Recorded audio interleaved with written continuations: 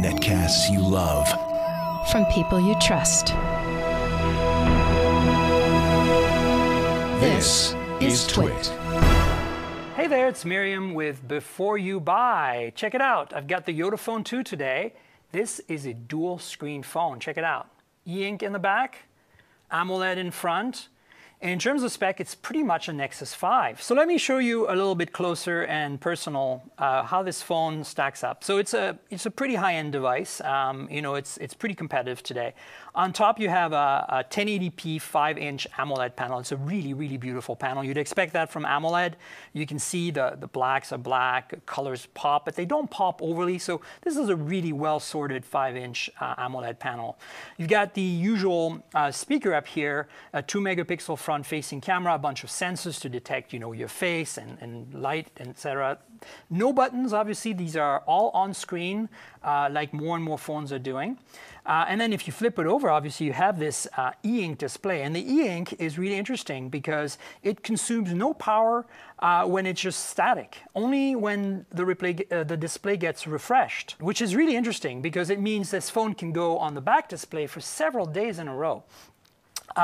Also, you can choose. You can say, I want to maybe read a book in sunlight, where this display is going to be a lot more usable, or you can choose to save power when you decide to. So that's kind of the shtick here. But it'll show you, for example, one of the cool things. If I start the camera in the front, the back changes to this graphic. Sometimes it says smile, sometimes it shows a camera.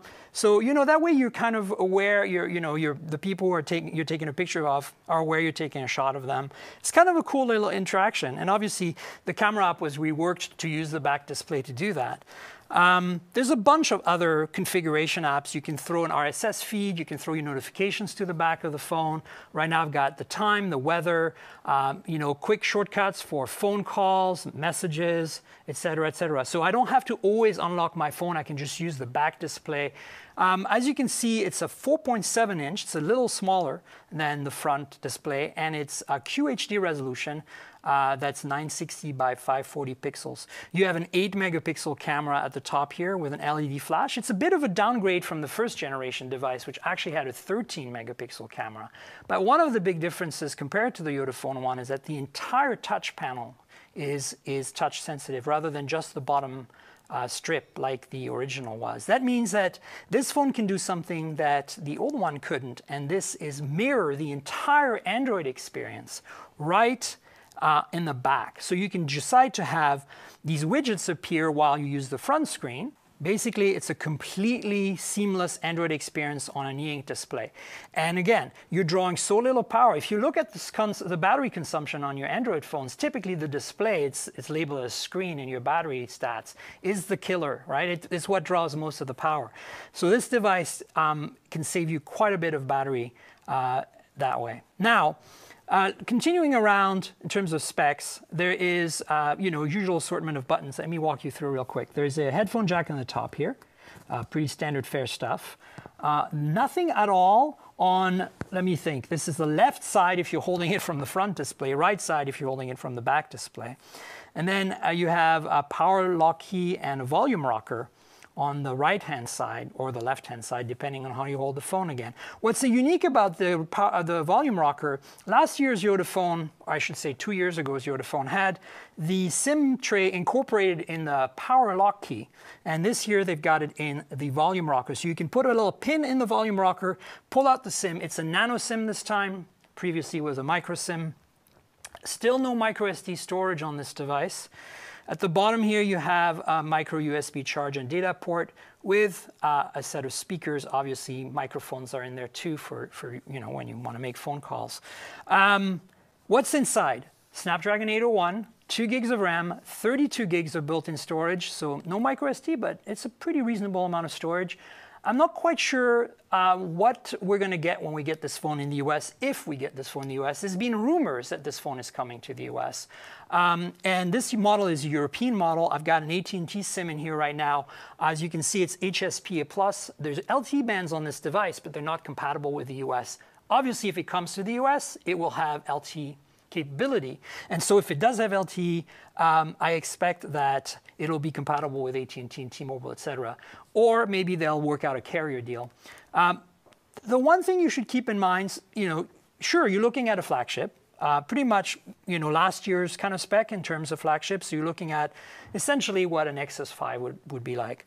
But what you're getting is this extra display. But that costs you money. And, the prices right now are really hard to tell because, the Russian, it's a Russian company, YotaPhone. The ruble is varying a lot in price. So it's $600 to $700 best case scenario right now to import this phone, and you still don't get LTE. So keep that in mind if you're interested in getting this. Perhaps waiting for the carrier version in the US might be a better way to go. So in terms of pros, I think the killer app of this phone is the back display, this e-ink panel. It really seems gimmicky, but once you start using it, especially with a full touch layer like this, it becomes really useful. The mirroring option, bright sunlight is beautiful. You save a lot of energy. You can have your favorite books ready to read in the back here as PDFs or as ebooks.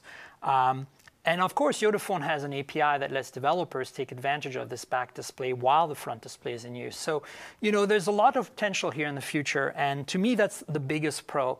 The other pro is it is a pretty full-featured phone. You can't go wrong. Plain Android, all the specs you'd expect. It's kind of last year's spec, but it's still very respectable today and this year. Cons, the camera. The main camera is 8 megapixels. Was 13 last year. It's not about megapixels, but ultimately I find this camera a little disappointing. Last year's YotaPhone, last generation, was passable for 13, but this seems to be a little bit worse. But it's serviceable. But we get so spoiled with cameras today that I would say if you're into photography, this is something you should be aware of. The other con is the price. Right now it's $600 to $700 at least.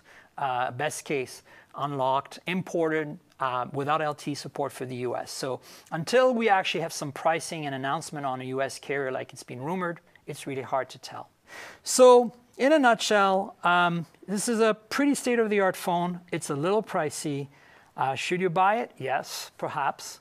I would say a try is the best until we get this in the US on a carrier and we have proper LTE band support.